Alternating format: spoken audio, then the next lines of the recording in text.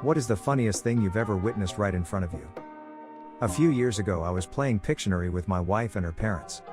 When it was my turn I had to draw the bearded lady. I'm terrible at drawing, so I came up with some stick figure with boobs and a beard with a large triangle behind it. It was supposed to be a circus tent. Everyone starts guessing, but no one is close. Suddenly, my father-in-law jumps up and shouts vagina. Clitoris. Clitoris. He was so caught up in getting the right answer that he just kept shouting it. At this point, we all lost it. I have never laughed so hard in my life. My mother-in-law still has the bearded lady posted on her fridge. Edit, I was able to get the bearded lady scanned. Note my arrow in an attempt to point out the beard. Also, I should point out that my Phil was across from me, so it was upside down to him. I was walking through my neighborhood on a Sunday morning loudly singing, me say day oh, and a Jamaican guy popped his head out of the trunk of a car and sang daylight come and wan go home. He had been packing the trunk or something and I couldn't see him. It was wonderful. A few years back I was in detention for some stupid shit I had done in class. The only other kids there were Jamaican. They all seemed to be friends. They kept harassing the security guard to let them out early, so he asked them why he should do that. One of the Jamaican kids said, because I'm special. Instantly, almost as if by reaction I blurted out, I'm so special, so special, so special, so special in my finest Jamaican accent. Pretty ballsy move considering I was the only small white kid in the room. The Jamaican kids loved it though. They started laughing hysterically and even commented on how good my Jamaican accent was. The security guard even got a kick out of it and let us out early. Haha no. There was one small room dedicated specifically to detention, but it wasn't locked. They used one of the security guards to make sure everyone who was supposed to be there, was there. Ironically, this guy couldn't do much else security work because he was narcoleptic. He would often fall asleep during detention, but God forbid you weren't there when he woke up. I was sitting at some traffic lights a few weeks ago and a guy on a fancy racing bicycle rode up onto the traffic island to wait to cross. Except he forgot he was wearing those shoes which clip into the pedals. So he stopped, balanced for a second, and then just toppled over. At that moment the light changed to green, so I had to drive off. One of the funniest things I ever saw. My first time out with clipless pedals, I rode them around the yard a few times, practiced getting in and out, and then went mountain biking. Not on the easy trail, no, I had to go on the two most difficult trails in the park.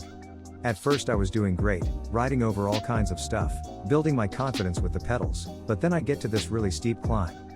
This was the kind of climb where you have to balance perfectly or you'll either spin your back wheel or flip over. So I start going up, and about halfway up there's this root. I hit this root, and I wasn't balanced right, so my front wheel starts to lift up.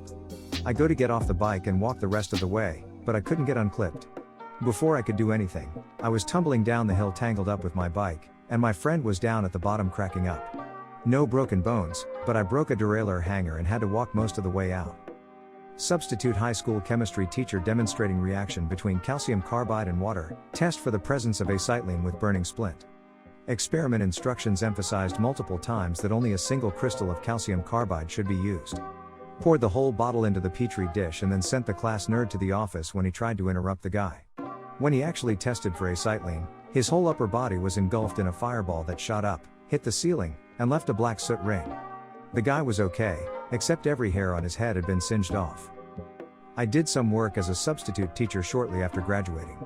My degree is in human biology, so I'm more than qualified to teach science, but I was much more pleased with the fact that every teacher left Bill Nye videos. What was truly heartbreaking, however, was that the kids were never interested in them. Frown, I was alone in my Bill Nye world as they ran around screaming and not respecting my authority. So I'm sitting outside of Bodine's Sourdough Bakery in San Francisco near the Fisherman's Wharf, and see the guy come out with one of their bread bowls full of soup. Now if you've never been here, let me tell you, the seagulls are everywhere, and pretty aggressive about trying to get your food. So the guy goes and sits down, and starts eating his clam chowder, and the birds are everywhere, squawking like seagulls do, and you can see it's irritating this guy. So he makes the mistake of tearing off a piece of bread and throwing it to the gulls. He thought it was bad before, but once they knew they could get food out of him, he was surrounded. So one of the seagulls lands near the guy, and is standing with its back to him about 5 feet away. The guy gets up, walks over and kicks the out of this bird. As soon as he turns around he realizes this was a mistake. I would say there were 50 seagulls on this guy's food. He then screams, "Oh, I see how it is, you send your retarded friend to distract me while you sons of enjoy my food."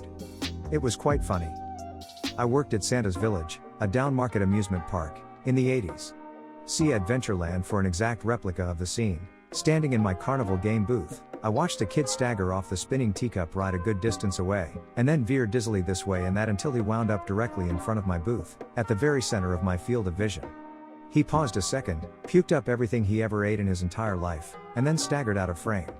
It was like this perfectly choreographed little movie scene, I can still play in my head. Thank you 80s kid. You were, and still are, hilarious.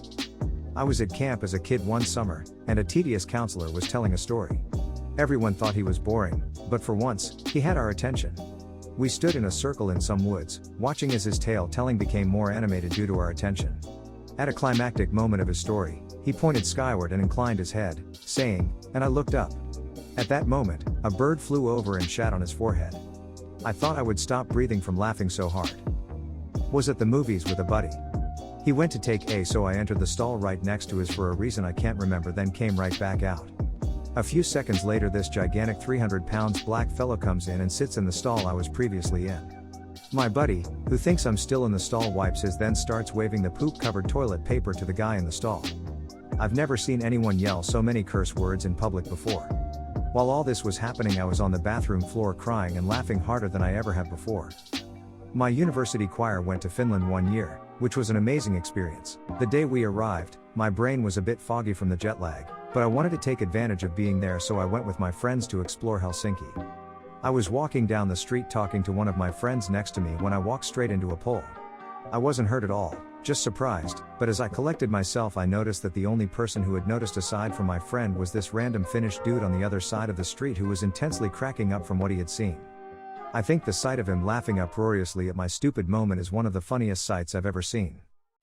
In 8th grade I had a friend named Roland who was about 4 tall and another friend named Carl who was about 200 pounds and about 5 feet 7 inches.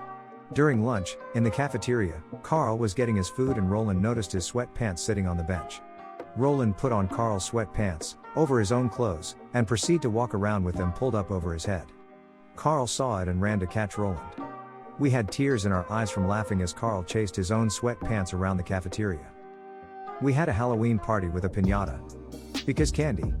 Anyway, one guy was dressed as Lieutenant Dangle, and one guy was dressed as the Hamburglar. Somebody knocked the piñata off the rope, and without missing a beat the Hamburglar picked up the piñata and took off.